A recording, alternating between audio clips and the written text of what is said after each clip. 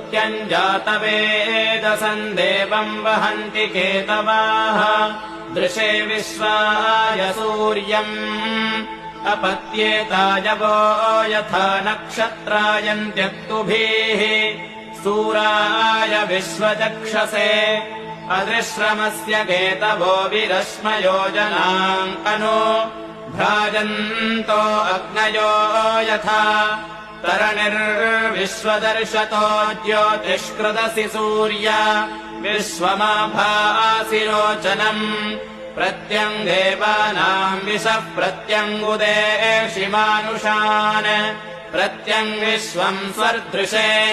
येनापावकचक्षसा भुरण्यन्तम् जनाम् अनु त्वम् वरुण पश्यसि